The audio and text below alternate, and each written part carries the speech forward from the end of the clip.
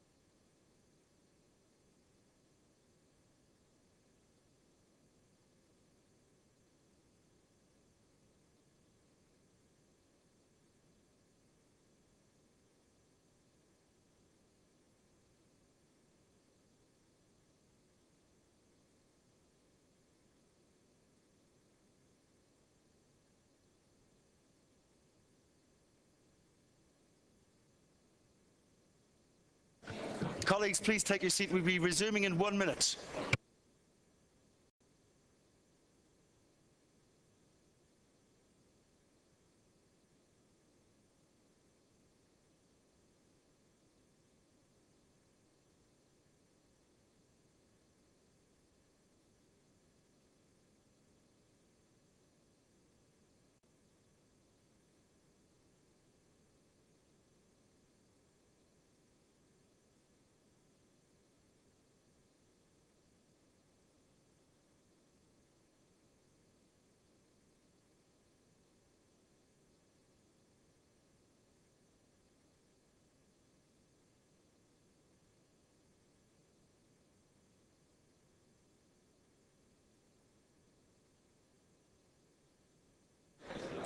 Okay. Thank you very much. Thank you very much. We're now resuming proceedings, so I'd appreciate it if those of you who are still standing would take your seats, and those of you who are still talking, if you could conclude your conversations, we get cracking so that we're on time for our lunch.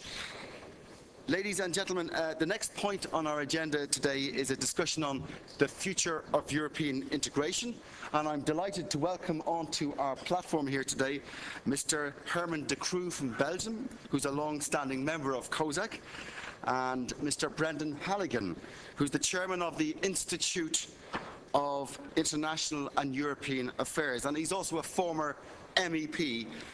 And they're going to share their views on what the Europe of the future may hold for us.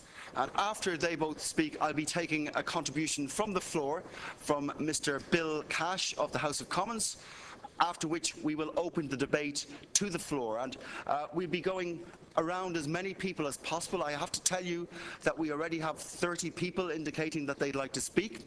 So I'm going to propose that we limit contributions to 90 seconds, 1.5 minutes. And that way, we hope to get everybody in, and it's only, I'm sure many others would like to contribute, but we do have a limited time, so I'm hoping that you can bear with me to ensure that your colleagues can also get in on this debate. So, without further ado, I'm going to ask Mr. de Croo to take the floor. Mr. de Croo, the floor is yours. Chairman and friends, I have since a long time the habit to be unable to read a speech. Since 45 years I'm in Belgian Parliament, and Parliament still survives. I never utilize a text, so I'm very sorry to excuse me in advance to the translators. I promise you I will not speak Latin, but I will speak at least French and Dutch with great pleasure. I'm glad to be able to react to what was said this morning. But first of all, congratulations Chairman, for the way in which you organized this one, with debates, with intervention of other people. You have refreshed the atmosphere of the COSAC meetings, and I'm very happy about that. But now, because all the figures are in Arabic, I would like to say some figures in French, and I will keep them on your mind. Pour moi, il y In my view, there are 3 or 4 figures which are essential for our shared Europe. We're about 8% of the global population. We represent 25% of global wealth. And we have managed, and this is something exceptional, we have managed to spend 50% of social expenditure. If you look at these 3 figures, keep them in mind. A quarter of the wealth, 8% of the population, and 50% of expenditure on social matters. We have the best established security when it comes to healthcare, when it comes to helping those who've been unfortunate, and we have managed to persuade our peoples that democracy means material advantage, democracy means prosperity. At the same time, we are the most significant commercial bloc in the world, as Commissioner Reding said earlier on. But we also have some sort of a major complex. We're always looking for a scapegoat for all our sins. What we want to do at all costs is to exonerate ourselves of any responsibility of what's happening to Europe. And we make Europe deal with an abstract bureaucracy, and that makes it easier for us with the electorate to blame the administration. Until a point comes in time when the electors ask us, if Europe is making all these decisions, why am I paying you to do what you do here? And then, of course, we find a few pretexts. We say, oh, it's too slow. We say it's too complicated. It's really unbelievable the way they do things up over there. So, first of all, as politicians, let's assume our responsibilities. My second idea, I am what I call a Euro optimist. I think that this long crisis that we're going through, it's not the first crisis we've had. And for those of you with a long political future ahead of you, it is not the last crisis you will see. And we need to understand that in the current world and in tomorrow's world, prosperity, employment, social security are not things that just appear on their own. There are certain preconditions that need to be met. Europe has been through 2 major phases in re-establishing peace. And Taoiseach said that earlier. 60 million victims of 2 wars in Europe. And we've turned that into a continent of peace and prosperity. There is a price tag attached to that. It means we now have to compete with the major nations of the world, be it China, India, Brazil, or our difficult relationship with Russia. And there was a second enlargement then, a big bang, which was also for ideological reasons. The first one was to avoid a European civil war happening ever again. The second enlargement was to reintegrate those who had had their freedom taken from them over decades under a regime known as the Soviet regime. Now, these 2 fundamental things are being forgotten. We're afraid to talk about these things. We're afraid to scream it from the rooftops. Then you move among the world. You need to take up new responsibilities. And those today are called markets. We have to produce and to sell and to compete. They are called a policy of energy. You have to see we have enough power to survive and to make the things we have to sell. We need fundamental minerals components to do all the job.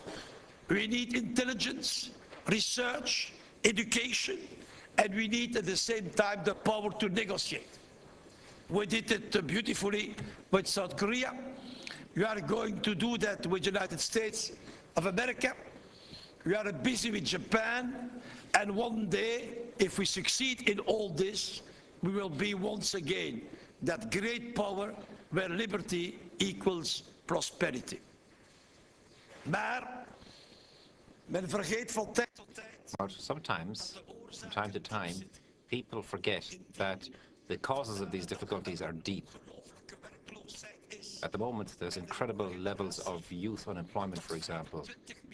25 million unemployed young people.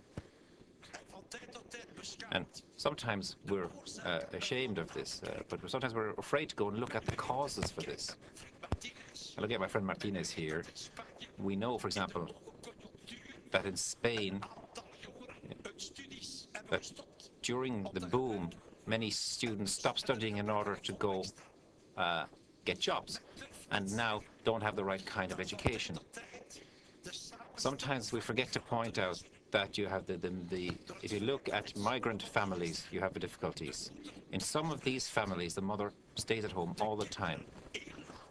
The children get into the education system at a very late stage and then have difficulties in speaking the national language. Sometimes 20 to 30% of them will never graduate properly.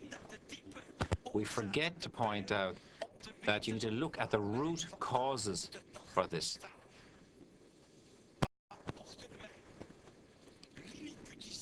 Now, if we were to minimize all this, were we to become a mini continent, then our people would suffer even more if our ambitions were to be reduced. Big maps you see in the eastern part of the world, when you have the big ocean, the Pacific Ocean, being the Mare Nostrum of the past, and somewhere in the top of the map, on the left, a kind of softening, a softer continent, where you have to look very carefully to find back Norway, Denmark, and you have to scrutinize the map to find Belgium back again. This vision of the world, where the Pacific Ocean will be the sea of the future, and where Europe will be a side-away continent, we have to keep it in mind and to react, to fight, and to defend another position. Thirdly, when we are complaining, and understand it very well, about the many situations, we forgot one very important fourth dimension.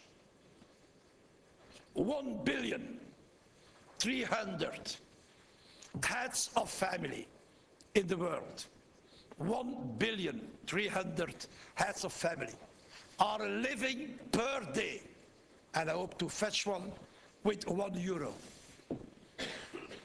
If you believe that our civilization, our European way of democracy, transparency, controlling, all what you can keep in mind, will resist to the misery of Africa, to the misery of the world, then you feel it, you know it.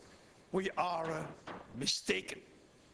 You could not stop one day if we don't intervene. The deflagrancy, the wave of poverty and misery submerging Europe, if we don't pay our price. And the price we have to pay, friends, is the premium of our civilization. Sure, your car, your home, you pay to protect you for disaster. Why do we not think, even in those crises, even when the egoisms are coming at top, why do we not think of paying our premium to protect our type of civilization with our humanism, with our freedoms, with our social protection. We have also, it is one of the items of those conference, to pay our price to stabilize these poor, miserable people, to give them a future in the places where they live and where they try to survive. Et quand je dis tout cela, Herman, you have 1 minute. And I'll wrap up now, Chairman. Having said all that, sometimes, from time to time, I am struck by the details of our negotiations and the administrative nature of what we do. And I fear that sometimes in over-focusing on the details, we lose sight of what's essential. But I remain Euro-optimistic.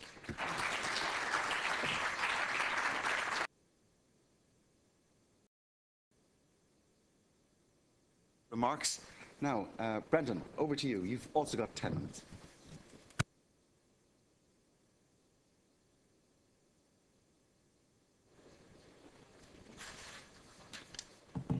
Switch on.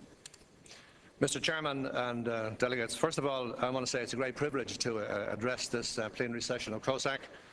As a former parliamentarian and indeed General Secretary of a political party, I'm very pleased to join you in this debate on the future of European integration. But I'm doing so more in the context of being chairman of the Institute of European Affairs, which is a Dublin-based think tank. The establishment of the think tank is in response to the reality that, as the Taoiseach said, Ireland is a referendum country when it comes to European treaties. And that means that we've got to engage in constant evaluation of the European process and what's happening. I've already participated in 9 referenda on the European Union since 1972. And that makes you think in a particular way. This think tank is not concerned with academic analysis, but with analysis for policymakers who have to make decisions. Well, I suppose that one of the things that a think tank is supposed to do is look at the future and develop future scenarios. And that we're busily doing at the moment, and it's on the basis of the work that we're currently underway that I want to make this presentation to you. I think I'll start with a point that may be self-evident and I think is too easily overlooked. The first is that Europe is a project that's constantly under construction. It never stands still, and we conduct our analysis on the premise that concrete solutions will constantly be created by the member states, who will agree to share sovereignty in carefully defined areas, in contrast to intergovernmentalism.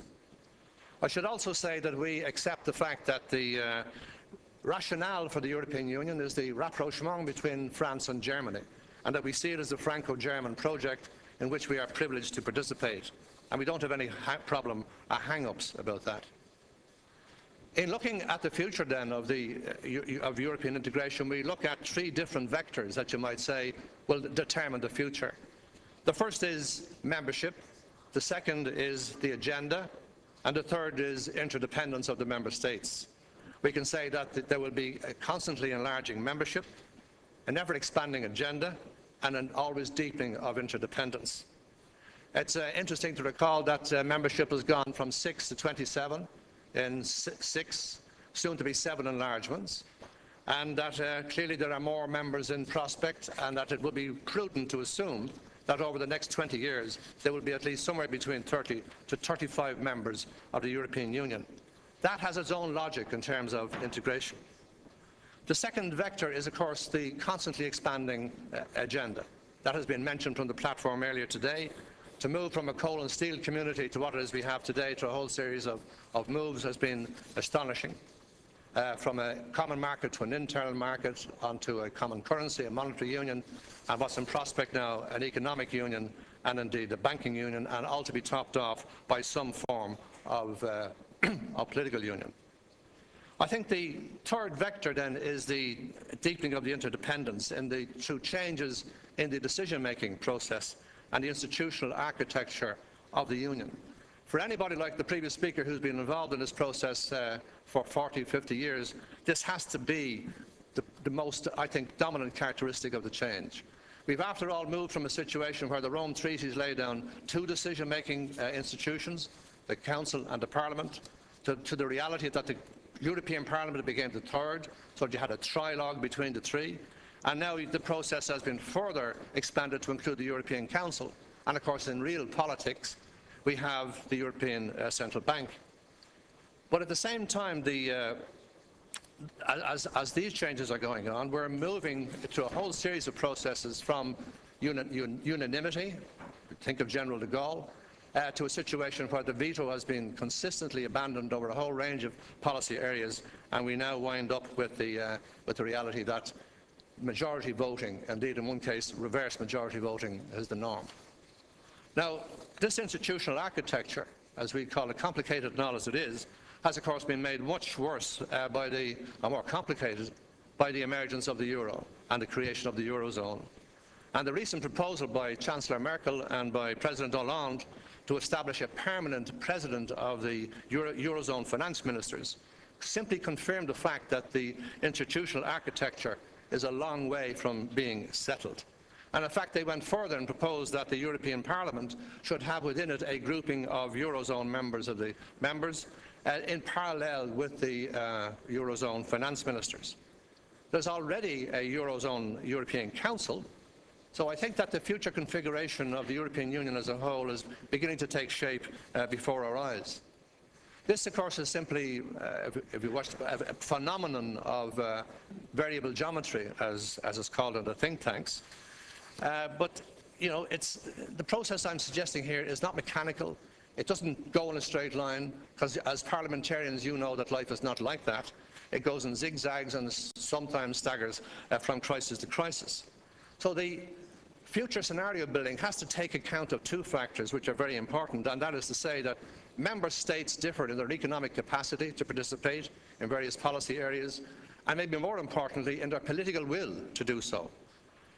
But the fundamental difference between political will and economic capacity is that differences in economic capacity assume that we will all arrive eventually at the same point, irrespective of the time we take to get there.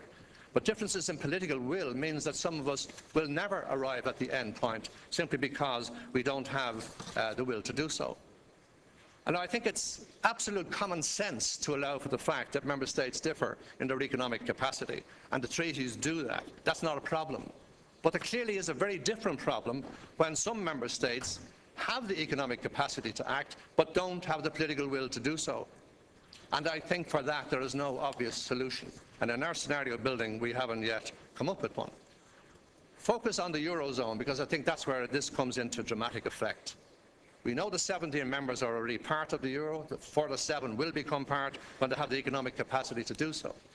But we know that the United Kingdom and Denmark have legal opt-outs, and that Sweden is exercising a de facto opt-out. And these 3 countries have indicated that they don't wish to participate in the creation of a common currency, which in reality is an adjunct to the internal market. I think the relationship between the internal market and the common currency is the key to this. So the problem is that the creation of the euro has sparked off its own dynamic, with the result that the integration process is proceeding amongst those who are part of the eurozone, and because they are following out the logic of a fully functioning monetary union. That includes a banking union, unprecedented innovations such as the single regulatory authority, a common bank resolution mechanism. And the very existence of the euro has already led the heads of state and government of the eurozone to meet separately from their counterparts, and simply because they have an interest in common which they don't share with the others. Now, I think that this development was entirely predictable on the part of those who wish to stay out. And I think the difference is likely to become more pronounced as the banking and economic unions are fleshed out and are followed up by some sort of fiscal union, which is inevitable. And what you could say then is that the Europe we're looking at over the next 10 years is a Europe in which the eurozone becomes the de facto core. And the question is, will it become the de euro core? It will be endowed with its own institutions and decision-making procedures from which the outs will be excluded. You could call it self-exclusion. And the question is whether or not membership of the internal market and exclusion from the single currency are compatible with each other within the context of the European Union as a whole. And I think that the question as to whether or not it has taken on a very dramatic reality by the proposals of President Hollande and Chancellor Merkel.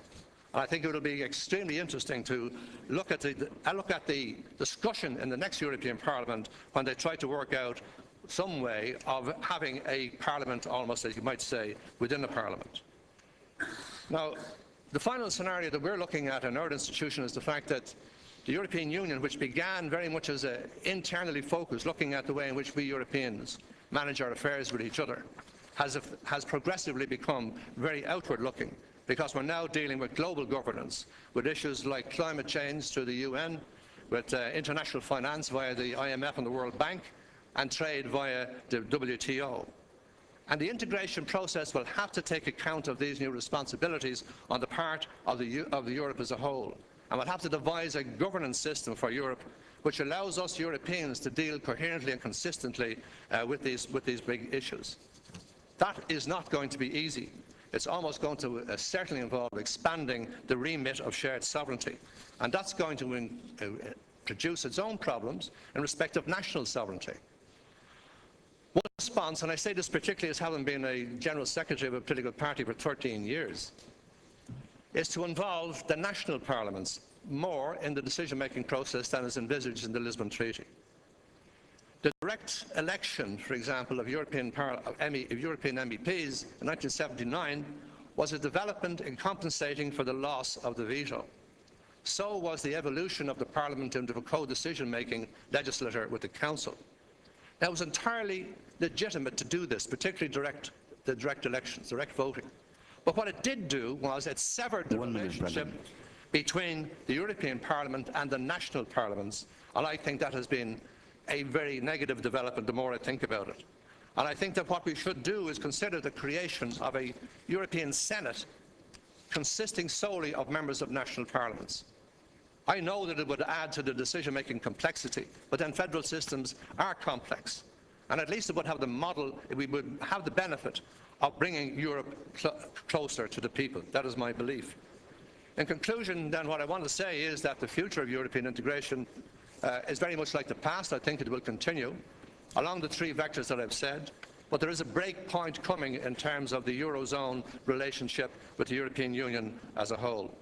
Democratic legitimacy will become a bigger issue, and that's why I have proposed a greater involvement of the national parliaments.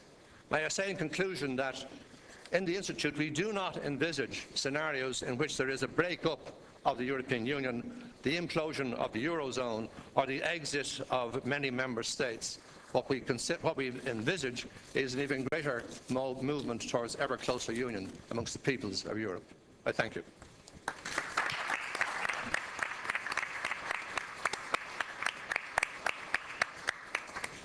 Thank you very much, Brendan. Our first responder is Mr. Bill Cash from the House of Commons. Bill, you've got 5 minutes. Thank you very much indeed, Dominic, and thank you for arranging this debate and for your hospitality and for the previous speakers as well.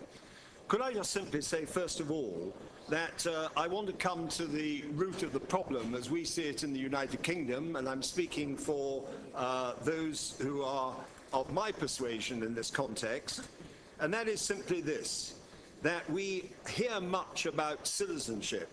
We have the European Year of the Citizens, yet at the same time we have the crisis of trust throughout the whole of Europe, which is apparent from the recent Eurobarometer trust.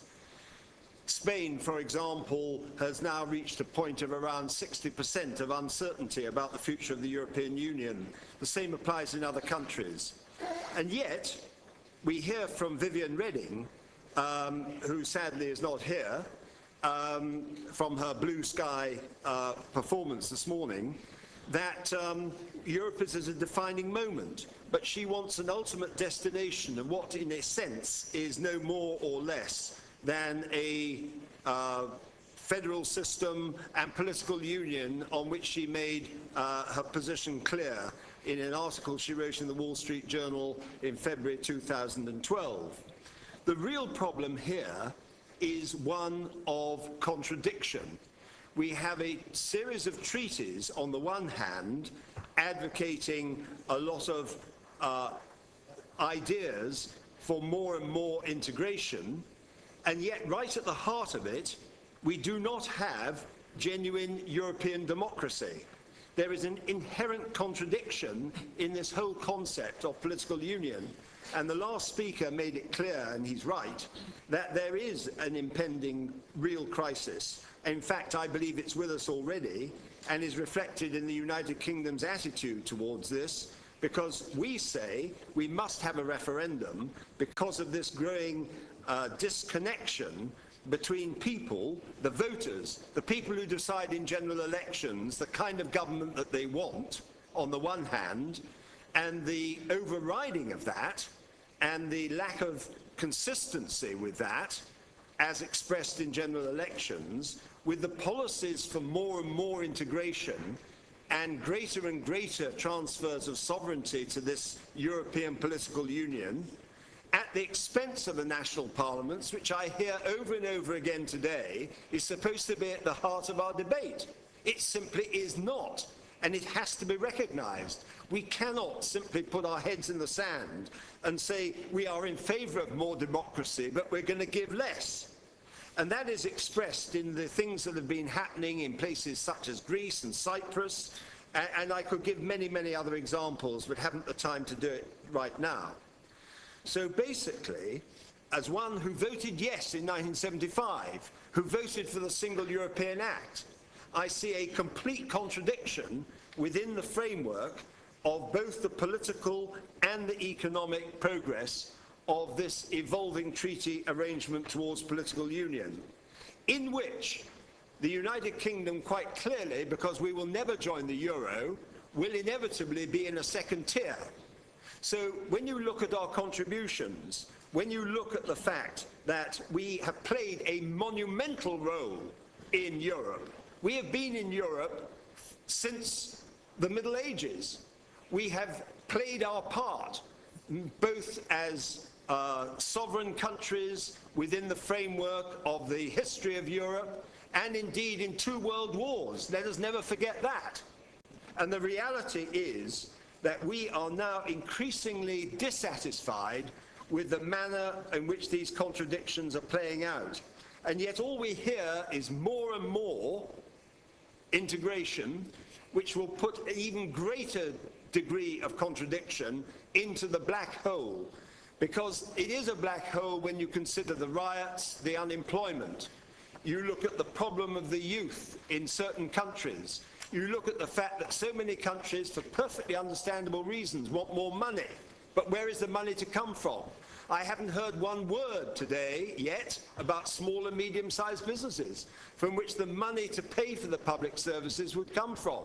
Without that, it is all talk. So, in a nutshell, and to conclude, there are those in the United Kingdom who observe what Mr. Barroso says in the blueprint, that the only parliament for the European Union is the European Parliament, putting the challenge to the British Parliament and its sovereignty and our decisions made in our Parliament on behalf of our own citizens on the one hand. The issue of primacy. We do not want a federation of nation states, but we are being told that we have to have one. That is the problem. It is an internal contradiction, and until that is resolved, there is going to be continuing problems, economic, political and democratic, in the European Union, and we will have our say in a referendum. Thank you very much. Thank you very much, Bill. Now we've literally dozens of requests in, so I'm going to close. The floor for additional requests to speak at this stage, and we'll try to get through as many of those questioners as possible. But we will have to limit it to 90 seconds per person, and I'm going to be firm on that time limit.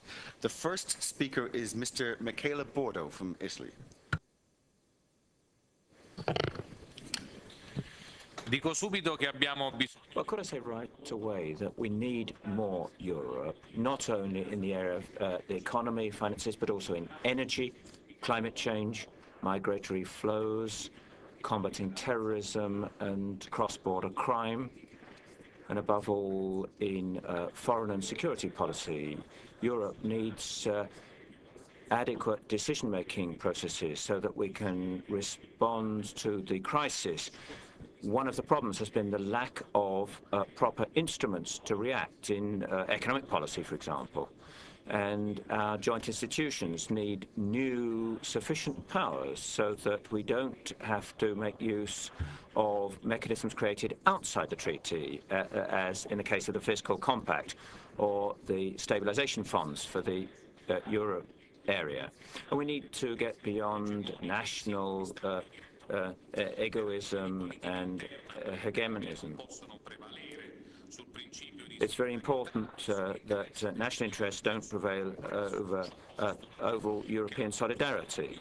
I think that the future Economic and Monetary Union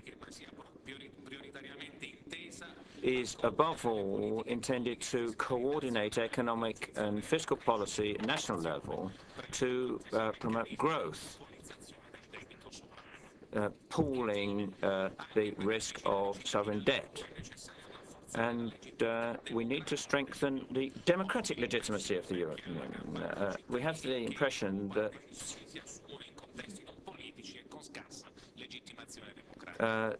decisions are taken with scarce political legitimacy.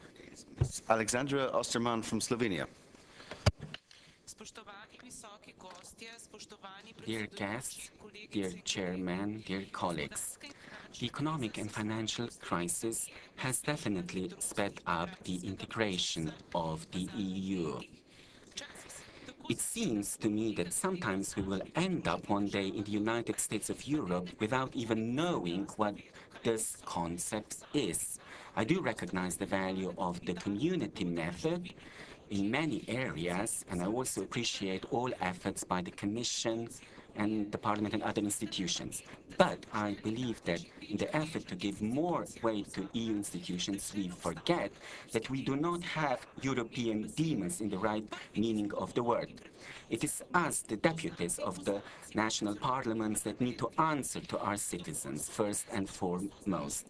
Their content or their discontent is manifested in the elections to the national parliaments and European Parliament. And this is also an expression of the level of content at the national and not at the European level. I do know that there are some wishes that the next European elections would achieve this goal. This is why I also understand why political parties nominate the next European head of commission, but I am afraid that here it will be the national elements and not the political preferences that will be at the forefront. I hope I'm wrong, because if this is not the case, then what we can get is a Eurovision cocktail when it comes to elections in the European Parliament in 2014. Thank you very much. Here is Ms. Emer Costello from the European Parliament.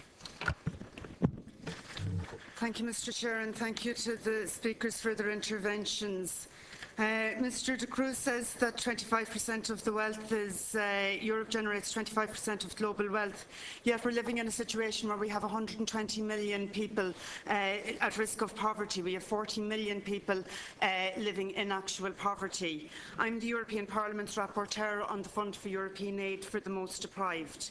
So at this time of crisis, we're at a time when people feel particularly alienated from the European Union and its institutions. We talk about deeper integration. We talk about economic, monetary, banking and political union. But I think that it is important too that we talk about social union. We have to remember that the single market is not an end in itself, but that it is there for the well-being of all of the people.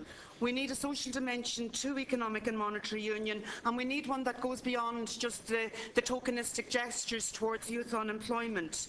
The member states have set the 3% target, have set the 3% deficit target of GDP. Which is right, but we need to have equally binding targets to fight unemployment, reduce poverty and social exclusion for deeper political and economic integration to really take place. Thank you very much. The next speaker is Mr. Alberto Costa from Portugal. Senhor Presidente, caros colegas, vamos no 6º ano de crise e muitos sentem inquietação. It's the 6th year now of the crisis, and there's a great deal of concern about how matters are evolving in the Union. And it's only right that citizens are worried about this. And the response to the crisis, I think, has been inadequate. The crisis has got worse, and it has eroded confidence. Certainly there have been some successes, but I think at the upcoming European elections, people will only bear in mind the negative impacts unless we can get to grips with this. It's interesting to see the proposals at the forthcoming summit, but I don't think that that will really change the landscape. I think if we're really going to change Europe via the vote, I think we need clear solidarity mechanisms which can really bridge the serious gaps. And it's not just a matter of words, it's a matter of deeds. And otherwise, the risk is that we have very different national interpretations of events. I think that we're all going to be suffering from this lack of confidence and trust. Very much. The next speaker is Lord Boswell from the United Kingdom. Thank you, Chairman. I sense that we should be moving from analysis to taking some action in these matters. And very briefly, in view of the time, I'd like to report that my EU committee is very shortly to launch an inquiry into the role of national parliaments in the European Union. We would be delighted to receive written submissions when we call for them from colleagues in other parliaments. We would also be delighted to collaborate with other parliaments who may be considering similar action. I just clear out 2 points. The first is that, in my view, there is absolutely no future in a kind of self-defeating dispute between the European Parliament and the national parliaments. We are both needed in this. Secondly, that we don't just need to tinker around with the mechanisms, but we need to change the culture so that there is a real dialogue between the Commission and Council, national governments, and the European Parliament and national parliaments. Frankly, if we don't tackle this realistically and promptly, matters will be left like a Chekhov play, where the same thing is being said in Act 1 is still being said in Act 5, and meanwhile our people are deciding to take action on the streets. Thank you very much. Now we'll have some responses at this stage from our 2 speakers. Perhaps if you keep them as brief as possible, we'll then be able to get more. Very short. I start with Lord Boswell.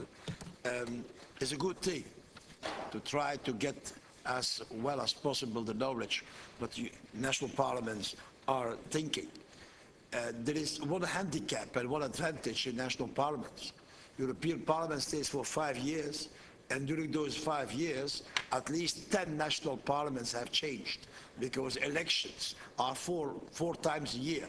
It gives you closer contact with the public opinion, but it gives you a certain institutional instability. That is the price of democracy at that field. But it's a good idea in my perception. To Mr. Costa, I would say yes. Confidence is the most important thing. Without trust, you don't lend money. Without trust, you don't work. Without trust, you can go ahead. But we have to create that confidence, not by criticizing everything all the time. Madame Costello, sure, I know there is poverty in Europe, but if there is no trade, if there is no income, if there is no increasing of competition, if there is no policy of raw materials, of energy, is there no policy of research, where is the money going to come from to pay really the poor people of Europe? To Madame Alexandra Osterman, yes, Slovenia, I know a little bit about your nice, beautiful country. There is some things we could do together, political parties in the European Parliament, and we can try to interfere much better in our connection, national Parliament and European Parliament. And Lord Boswell was right. It may not be anti-nosity. I remember the beginning of COSAC, European Parliament was a superior organ, greatly represented. Then afterwards it started to be a dialogue with the national parliaments. And now we have to find a good footing where we can work all of us together. Mr. Bordeaux, yes, you have cited a lot of elements, migration,